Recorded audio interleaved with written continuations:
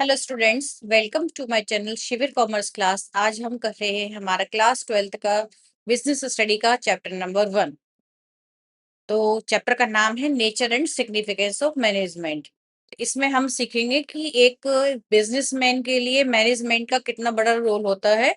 और अगर एक प्रॉपर मैनेजमेंट करता है बिजनेसमैन तो एक अच्छा रिजल्ट देखने को मिलता है। वैसे तो अगर देखा जाए तो मैनेजमेंट हर फील्ड में ही बेनिफिशियल होता है।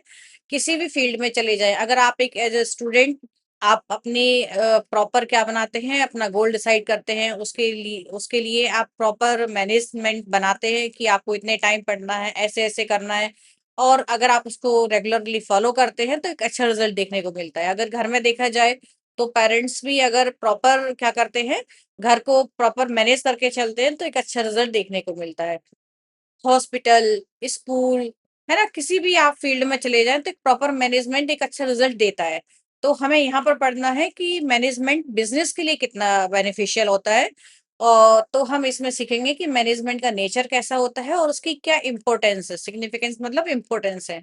इस चैप्टर में हम मेनली हमारा जो टारगेट रहेगा वो यही रहेगा कि मैनेजमेंट क्या होता है और मैनेजमेंट का यूज करके हम क्या क्या रिजल्ट्स पा सकते हैं बेटर मैनेजमेंट का, है ना। सबसे पहले तो हम पढ़ेंगे इसकी डेफिनेशन। डेफिनेशन लिखी हुई है, successful organisations do not achieve their goals by chance but by following a deliberate process called management.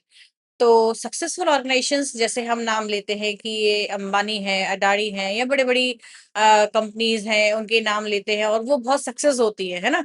तो सक्सेस ऐसे ही नहीं हो जाती, वो एक प्रॉपर मैनेजमेंट करके चलते हैं और प्रॉपर उसको फॉलो भी करते हैं। एक अगर आपको अच्छा रिजल्ट चाहिए, अच्छा आउटपुट चाहिए तो आपको प्रॉपर मैनेजमेंट करने की बहुत जरूरत होती है। अगर आप एक प्रॉपर मैनेजमेंट करते हैं तो एक अच्छा रिजल्ट भी पाते हैं। फिर पढ़ते हैं हम meaning of management and concept of management. तो कंसेप्ट तीन होते हैं आपके मैनेजमेंट। इसमें देखते हैं क्या लिखा हुआ है। Management is the process of getting things done with the aim of achieving goals effectively and efficiently. देखिए, मैनेजमेंट हम वैसे तो फ्री बैठे बैठे तो हम मैनेजमेंट करने नहीं लगेंगे। हमारे पास कुछ ना कुछ क्या होगा, गोल होगा, है ना। गोल होगा, हमारा कोई फ्यूचर टारगेट होगा, उसी के लिए हम क्या करेंगे, मैनेजमेंट करेंगे। और उसको रेगुलरली टाइम पर अगर आप फॉलो कर रहे हैं लेकिन टाइम पर पूरा नहीं कर रहे हैं, और अगर आप टाइम पर पूरा कर रहे हैं लेकिन आपका जो है कॉस्टिंग बहुत ज्यादा हाई आ रही है तो वो भी बेकार ही है। तो हमें क्या करना है, एक ऐसा मैनेजमेंट क्रिएट करना है, एक बिजनेसमैन को एक ऐसा मैनेजमेंट क्रिएट करना है कि उसकी कॉस्टिंग भी कम आए और काम भी टाइम पर पूरा हो। जैसे आप भी हो, अगर आप एक एज ए स्टूडेंट आपने गोल डिसाइड किया, लेकिन आपने गोल डिसाइड किया और आपने टाइम पर आपने प्रॉपर अपना एग्जाम नहीं दिया और टाइम पर अगर आपने अपनी प्रिपरेशन नहीं की तो फिर आपको कैसे रिजल्ट मिलेगा। इसी तरीके से एक बिजनेसमैन भी क्या होता है कि अपनी कॉस्टिंग को कम रखते हुए एफिशिएंटली काम करता है और टाइम पर अगर आप वो काम को पूरा करता है तो एक बेटर रिजल्ट देखने को मिलता है। तो आप भी देखते हैं अपने स्टूडेंट की लाइफ में कि अगर आप प्रॉपर मैनेजमेंट करते हैं, प्रॉपर आपने अगर आपने फॉर्मेट बनाया कि मुझे इतने टाइम पढ़ना है, ऐसे ऐसे टाइम पर पढ़ना है, इतना पढ़ना है, और उसको रेगुलरली फॉलो करोगे तो क्यों नहीं दिखेगा, रिजल्ट दिखेगा। इसी तरीके से बिजनेसमैन भी जब जब अपने गोल को प्रॉपरली फॉलो करता है, प्रॉपर स्ट्रक्चर बनाता है, तो उसको भी रिजल्ट देखने को मिलता है। तो इसके तीन कंसेप्ट हैं। पहला है process. Process refers to series of steps to be followed. Management is the process because it performs series of functions, है ना। क्या है कि स्टेप्स है कि आपको ये फॉलो करना है, सीरीज है फंक्शंस की, to get the things done. अगर आप जो भी चाह रहे हैं उसके लिए आपको क्या करना पड़ेगा, उन फंक्शंस को properly step by step follow करना पड़ेगा। और वो फंक्शंस कौन कौन से हैं, these functions are planning, organising, staffing, directing and controlling. ये पांच फंक्शंस हैं मेनली, जिनको अगर आप फॉलो करोगे तो एक बेटर रिजल्ट देखने को मिलेगा। जो भी आपने गोल डिसाइड किया है, गोल कुछ भी हो सकता है। गोल हो सकता है आपका कि आपको प्रॉफिट मैक्सिमाइजेशन हो सकता है आपका सेल मैक्सिमाइजेशन हो सकता है आपकी जो कॉस्टिंग को रिड्यूस करना चाहते हो आप। कैसे भी आपका गोल हो सकता है एक बिजनेसमैन का। तो अगर इन पांच फंक्शंस कौन कौन से होते हैं बिजनेसमैन के लिए, प्लानिंग, प्लानिंग का मैंने आपको बताया कि कोई भी उसका गोल हो सकता है, प्रॉफिट मैक्सिमाइजेशन हो सकता है, सेल मैक्सिमाइजेशन हो सकता है, बिजनेस के लिए ग्रोथ हो सकती है ना। कॉस्ट जो है मिनिमाइज कर सकता है वो, तो कोई भी गोल डिसाइड हो सकता है, और जो भी गोल उसने डिसाइड किया उसी के हिसाब से वो क्या करता है, पॉलिसी फॉर्मुलेट करता है। फिर उसी के हिसाब से वो क्या कर, अगर एग्जाम्पल के लिए वो सेल मैक्सिमाइज करना चाह रहा है तो सेल मैक्सिमाइज करेगा, तो उसको प्रोडक्शन भी क्या करना पड़ेगा, मैक्सिमाइज करना पड़ेगा।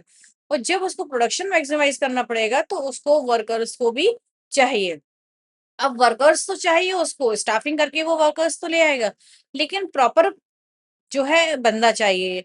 कहाँ पर लिटरेट की जरूरत है, कहाँ पर इलिटरेट की जरूरत है ना।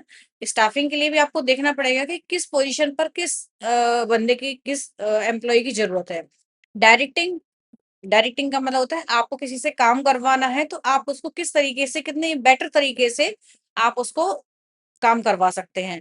कंट्रोलिंग, जो भी आपने गोल डिसाइड किया था वो किस हद तक पूरा हुआ है। आपने जो गोल डिसाइड किया था, फॉर एग्जांपल के लिए आपने अगर आप एक एज ए स्टूडेंट देखें, आपने गोल डिसाइड किया था कि मैं 10th में या 12th में इतने परसेंटेज मार्क्स लाऊंगी या लाऊंगा। अब अगर उनमें ज्यादा वेरिएशन आ रहे हैं तो आपकी कुछ ना कुछ मिस्टेक्स रही होंगी, या आपने प्रॉपर प्लान ही गलत किया, या आपने प्रॉपर उसको स्ट्रक्चर उसको फॉलो नहीं किया, कहीं ना कहीं आपकी कोई ना कोई फॉल्ट रही होगी जिसकी वजह से आपने अपने गोल को अचीव नहीं कर पाया। इसी तरीके से बिजनेसमैन के लिए भी जो उसने गोल डिसाइड किया था, तो अगर वो अचीव नहीं हुआ है, ज्यादा वेरिएशन आ रहे हैं, तो क्या रीजंस हैं जिनकी वजह से वेरिएशन आ रहे हैं, वो सब हम कंट्रोलिंग में देखते हैं। तो ये प्रोसेस है, अगर इन पांचों फंक्शंस को अगर आप प्रॉपरली क्या करते हैं, फॉलो करते हैं, तो एक अच्छा रिजल्ट देखने को मिलता है। फिर है दूसरा है इफेक्टिवनेस। इफेक्टिवनेस मैंने आपको बताया था कि आपको क्या करना है, काम को टाइम पर पूरा करके देना है। अगर आप, जैसे फॉर एग्जांपल के लिए सेल के लिए, अगर आप सेल मैक्सिमाइजेशन करना चाह रहे हैं लेकिन आप क्या कर रहे हैं, प्रॉपर टाइम पर प्रोडक्शन नहीं हो पा रहा है, तो फिर क्या होगा, आपकी सेल मैक्सिमाइज कैसे होगी। या इस तरीके से अगर आप कोई फॉल्ट कर रहे हैं, जैसे आप भी हैं, आप अपना प्रिपरेशन कर रहे हैं एग्जाम की, लेकिन टाइम पर नहीं कर रहे हैं, है ना। तो टाइम पर नहीं करोगे तो बेटर रिजल्ट कैसे मिलेगा देखने को। तो इसी तरीके से बिजनेसमैन को भी क्या करना पड़ता है, अपना जो वर्क है वो टाइम पर पूरा करना पड़ता है। उसको बोलते हैं हम effectiveness. Effectiveness is concerned with doing the right task, जो भी आपका टास्क है, completing activities and achieving goal on time. Time पर आपको गोल को अचीव करना है, ठीक है। अगर आप टाइम टू टाइम प्रॉपर काम करेंगे तो एक बेटर रिजल्ट देखने को जरूर मिलेगा। फिर है एफिशिएंसी। अगर आप टाइम पर तो काम पूरा कर रहे हैं, है ना, आप जो ऑर्डर दिया हुआ है आपने टाइम पर दिया, लेकिन आपके लिए कॉस्टिंग बहुत हाई आ गई। अगर कॉस्टिंग हाई आ गई तो फिर आपके लिए तो प्रॉफिट कम हो गया, भले ही आपने टाइम पर पूरा करके दे दिया। तो एफिशिएंसी के साथ आपको करना है ना।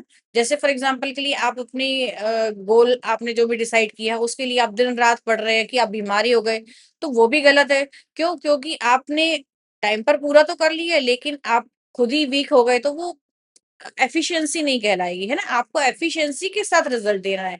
इसी तरीके से बिजनेसमैन को भी क्या करना पड़ता है, अपनी एफिशिएंसी के साथ। एफिशिएंसी का मतलब होता है कि उसको प्रॉपर अपने जितने भी रिसोर्सेज है उनको फुलर यूटिलाइज करना है। कोई भी रिसोर्स वेस्ट नहीं हो, कोई मशीन वेस्ट नहीं जा रही हो, कोई है ना वर्कर है, कोई एम्प्लॉय है, वो उसका जो है प्रॉपर यूज होना चाहिए, प्रॉपर उसको काम करना चाहिए। तो जब वो प्रॉपर काम करेगा तो एक कॉस्टिंग कम आएगी, और कॉस्टिंग कम आने के साथ आपको टाइम पर भी काम पूरा करके देना है। एफिशिएंसी का मतलब होता है कि आप अपने जितने भी आपके रिसोर्सेज है उनको प्रॉपर एफिशिएंटली यूज करें। तो अगर आप उनको प्रॉपर एफिशिएंटली यूज करेंगे तो कॉस्ट मिनिमाइज होगी, और जब कॉस्ट मिनिमाइज होगी तो आपका प्रॉफिट मैक्सिमाइजेशन भी होगा, है ना। तो ये तीनों की तीनों जो है अगर आप मैनेजमेंट में फॉलो करते हैं तो एक बेटर रिजल्ट देखने को मिलेगा। पहला था प्रोसेस, दूसरा है इफेक्टिवनेस, और तीसरा है एफिशिएंसी। इससे रिलेटेड केस स्टडी आते हैं पेपर में, तो और डिफरेंसेस भी आ जाते हैं, तो डिफरेंस पढ़ लेते हैं। वैसे मैंने आपको ऊपर ही इतना समझा दिया है, फिर भी पढ़ लेते हैं। बेसिस ऑफ डिफरेंस, इफेक्टिवनेस और एफिशिएंसी। कभी कभी इसमें डिफरेंस पूछ लेते हैं।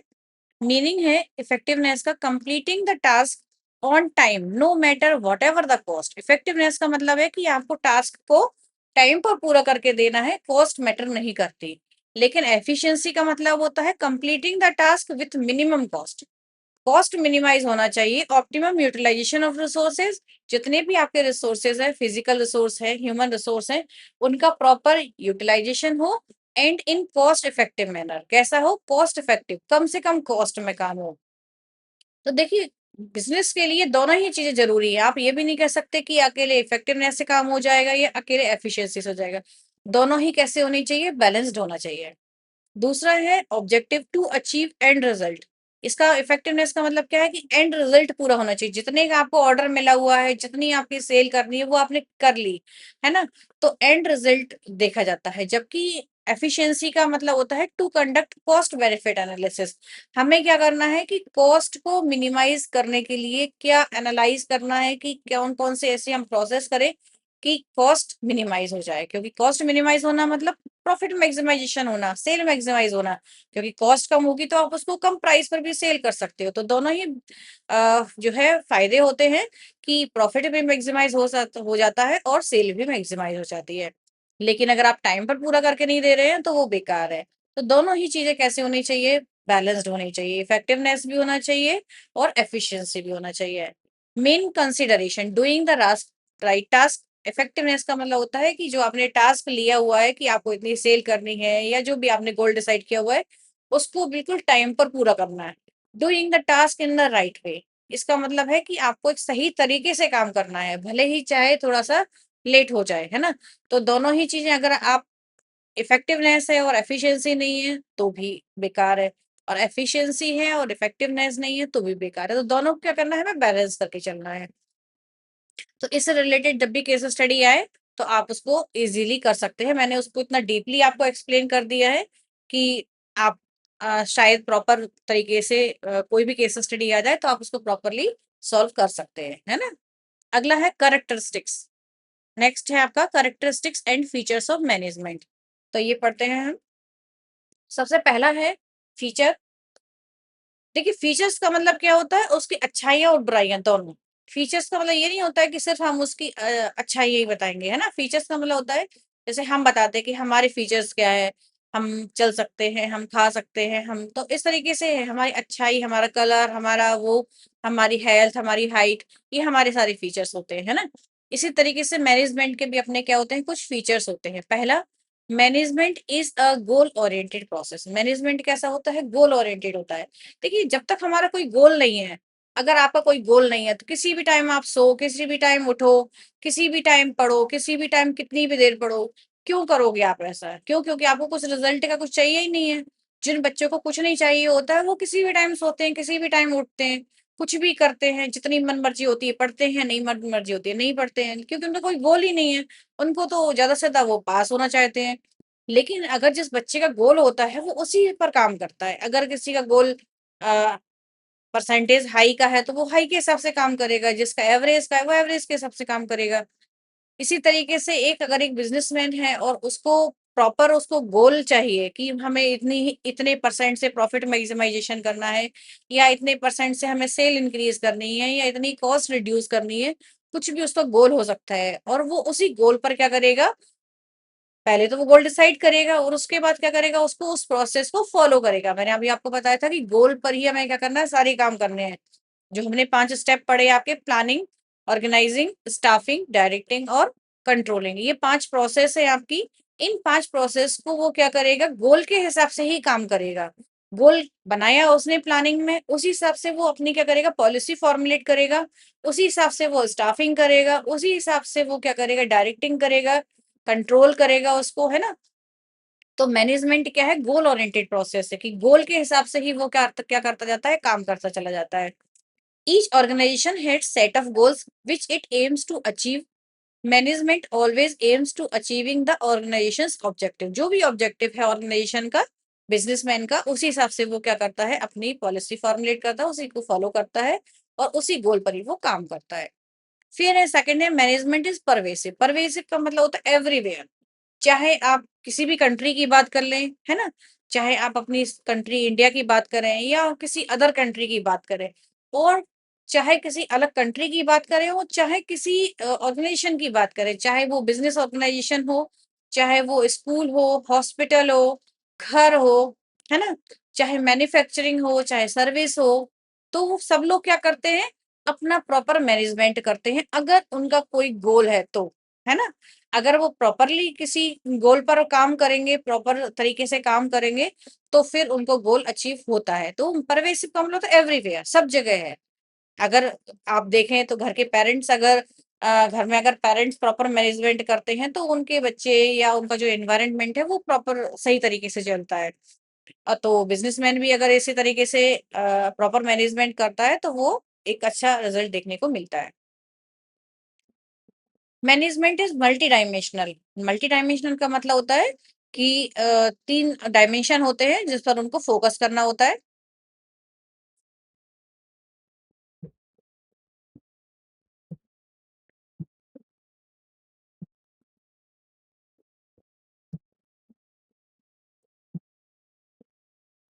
ठीक है?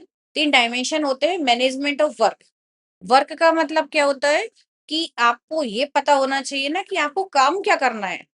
अगर आप एक स्कूल के लिए मैनेजमेंट कर रहे हैं, तो आपको पता होना चाहिए कि स्कूल का मेन वर्क क्या है, स्टूडेंट के एजुकेशन। तो सबसे पहला मेन वर्क आपको पता होना चाहिए कि आपको काम क्या करना है ना? लिखा हुआ है management of work. Work means the main task. Main task क्या है, आपको उस पर फोकस करना है। जैसे मेन टास्क क्या है, स्टूडेंट एक अच्छे एजुकेशन देना है स्कूल का। हॉस्पिटल का काम क्या है, मेन टास्क क्या है, पेशेंट को देखना। ठीक है? एक बिजनेसमैन का मेन टास्क क्या होता है, प्रॉफिट मैक्सिमाइजेशन करना विद सोशल एक्टिविटीज, है ना? कि उसको ऐसा नहीं हो कि प्रॉफिट मैक्सिमाइजेशन का मतलब होता है कि किसी भी तरीके का वो बिजनेस करे, ऐसा नहीं हो सकता। तो उसको काम करना है अपने सोसाइटी को देखते हुए, एक अच्छा प्रॉफिट मैक्सिमाइजेशन करना है। तो आपको पता होना चाहिए ना कि आपको जो है काम क्या करना है। Work means the main task or purpose for which organization is set up. For example, main purpose of the school is providing education, hospital is providing health services. तो इनको पता है एजुकेशन देनी है, हॉस्पिटल्स को पता है कि मेन है उनका काम हेल्थ सर्विसेज देना। तो इसी तरीके से बिजनेसमैन को भी पता होना चाहिए कि आपका जो गोल है वो क्या है, और उसी के हिसाब से आपको उस पर वर्क करना है। सेकेंड है management of people. Management of people, employees, है ना? मैनेजमेंट ऑफ पीपल, पीपल का मतलब होता है कि आपके यहाँ एम्प्लॉयज बहुत बड़ा रोल प्ले करते हैं, क्योंकि एम्प्लॉयज ही सारे काम करते हैं। और अगर एम्प्लॉयज अगर आपके खुश हैं, आपके यहाँ प्रॉपरली काम कर रहे हैं, तो एक अच्छा रिजल्ट देखने को मिलेगा, है ना? भले ही आपने गोल डिसाइड कर लिया है, लेकिन अगर आपके एम्प्लॉयज अगर आपसे खुश नहीं है, तो वो खुश होकर काम नहीं करेंगे। खुश होकर काम नहीं करेंगे तो प्रॉपर रिजल्ट भी देखने को नहीं मिलेगा। तो आपको पीपल पर भी, एम्प्लॉयज पर भी ध्यान देना है कि आपके एम्प्लॉयज आपके यहाँ अच्छी वर्किंग कंडीशन दो उनको, है ना? एडिक्वेट वर्किंग कंडीशन दो, एडिक्वेट सैलरी दो उनको, तभी तो वो प्रॉपर तरीके से काम करेंगे। अगर आप उनका फायदा उठाएंगे मजबूरी का, तो फिर वो आपको प्रॉपर रिजल्ट देखने को नहीं मिलेगा। Employees in the organization are the most important asset despite the development in technology. Getting work done from people, it's still very important job for each manager. Her manager manager तो क्या करता है, management करता है, लेकिन actual work कौन करता है, एम्प्लॉयज करते हैं। मैनेजर का काम तो है उनसे काम करवाना। तो अगर आप एम्प्लॉयज को क्या करते हैं, प्रॉपर इंपॉर्टेंस देते हैं उनको और प्रॉपरली उनसे काम करवाते हैं, तो एक अच्छा रिजल्ट देखने को मिलेगा। Management make sure employees are satisfied in the organisation and they contribute their best. Management को ध्यान रखना पड़ता है कि एम्प्लॉयज सेटिस्फाइड हैं या नहीं है। अगर वो सेटिस्फाइड नहीं है, तो आप उनको कोशिश करिए कि वो सेटिस्फाइड हो, ताकि वो अपना बेस्ट रिजल्ट दे सके। एक्चुअली काम कौन कर रहा है, एम्प्लॉयज ही कर रहे हैं। मैनेजमेंट तो केवल क्या कर रहा है, केवल मैनेज कर रहा है ना? Management of operations. ऑपरेशंस का मतलब होता है कि आपकी जो साइकिल है, जो प्रोसेस साइकिल है, वो प्रॉपर तरीके से हो रही है नहीं हो रही है। जैसे आप एक मैन्युफैक्चरर है, तो प्रॉपर तरीके से जो है इनपुट्स डाल पा रहे हैं, आप नहीं डाल पा रहे हैं ना? क्यों? क्योंकि अगर आप प्रॉपर तरीके से ऑपरेशंस, आपके यहाँ काम नहीं हो रहा है ना? हो सकता है कि मटेरियल टाइम पर पूरा नहीं आ रहा है, हो सकता है मशीनें प्रॉपर तरीके से काम नहीं कर रही हैं, हो सकता है एम्प्लॉइज आपके ढंग से काम नहीं कर रहे हैं, हो सकता है कि आपके यहाँ सेमी फिनिश गुड्स बन गई, लेकिन फिनिश गुड्स बनने में टाइम लग रहा है। तो किसी भी प्रोसेस में प्रॉब्लम नहीं आनी चाहिए। सारे ऑपरेशंस टाइम पर और एफिशिएंटली, इफेक्टिवली और एफिशिएंटली परफॉर्म होने चाहिए, तब भी एक बेटर रिजल्ट देखने को मिलेगा। The operations refers to activities of production cycle such as buying inputs, converting them into semi-finished goods and finished goods. तो सारे operations क्या होने चाहिए, प्रॉपर तरीके से फॉलो होने चाहिए। फोर्थ है management is a continuous process. Continuous का मतलब होता है कि अगर आपने गोल पूरा कर भी लिया है, जैसे आपने जो भी गोल डिसाइड किया था और वो पूरा हो गया है, तो नेक्स्ट गोल के लिए आप प्रिपरेशन करेंगे। जैसे आप भी क्या करते हैं, अगर आपके 10th अच्छा स्कोर कर लेते तो क्या ऐसा तो नहीं है कि आप बाद में प्रिपरेशन नहीं करते 11th 12th के लिए, या 12th कर लेते हैं तो आप अपना ग्रेजुएशन के लिए या फ्यूचर जो भी है आपका टारगेट, उसके लिए फिर से प्रिपरेशन नहीं करते।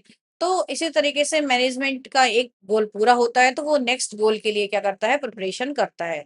तो इसीलिए इसको बोला जाता है कि management is the continuous process. Management is the continuous and never ending function. Never ending function है। All the functions of management are performed continuously.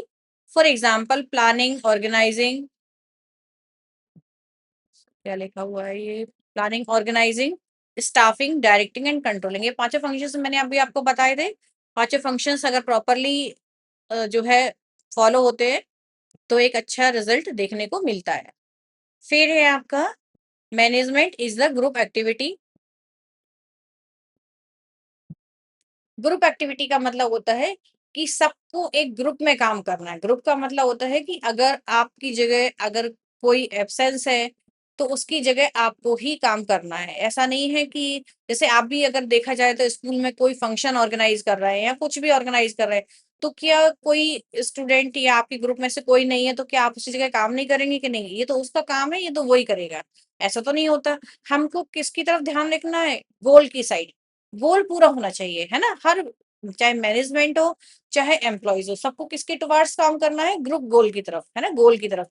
तो इसीलिए बोला जाता है कि ये ग्रुप एक्टिविटी है। किसी एक बंदा अगर एफर्टली काम कर रहा है या 10 बंदे भी एफर्टली काम कर रहे हैं लेकिन 4 बंदे नहीं कर रहे हैं, तो शायद रिजल्ट उतना अच्छा नहीं मिलेगा देखने को, है ना।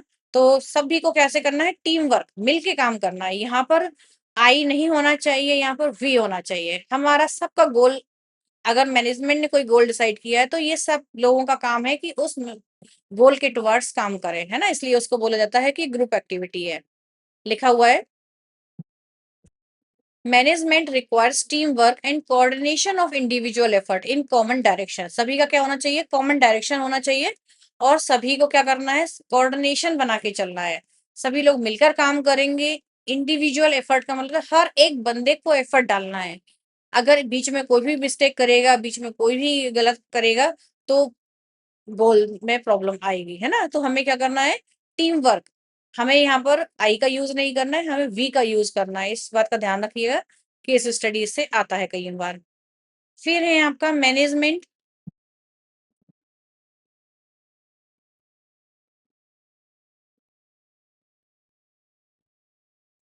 ये 6th है आपका। Management is a dynamic function. इसकी फॉर्मेटिंग नहीं हुई है तो मैं कर देती हूँ, इसकी कोई बात नहीं, formatting. Management is a dynamic function. Dynamic का मतलब होता है कि देखिए, आज देखा जाए तो टेक्नोलॉजी चेंज होती है ना, फैशन चेंज होता है, लोगों का टेस्ट चेंज होता है ना, लोगों की रिक्वायरमेंट्स चेंज होती है। तो अगर आप समय के अकॉर्डिंग नहीं चलेंगे, टेक्नोलॉजी के अकॉर्डिंग नहीं चलेंगे, लोगों के टेस्ट के अकॉर्डिंग नहीं चलेंगे, लोगों की रिक्वायरमेंट के हिसाब से नहीं चलेंगे। जैसे आज हम देख रहे हैं कि ऑनलाइन हर चीज ऑनलाइन हो गई है ना। हर चीज लोगों को क्या चाहिए, घर बैठ के चाहिए। तो बिजनेस करने का तरीका चेंज हो चुका है ना। हर किसी को बैंकिंग फैसिलिटीज देखा जाए तो काफी चेंज हो चुकी हैं। क्यों, क्योंकि वो इन्वायरमेंट कैसा है, डायनेमिक है। और अगर आप पिछले कुछ सालों में देखा जाए तो 5-10 सालों में बहुत फ्रिक्वेंटली डायनेमिक जो है एनवायरनमेंट हो रहा है, चेंज हो रहा है बार बार बार बार।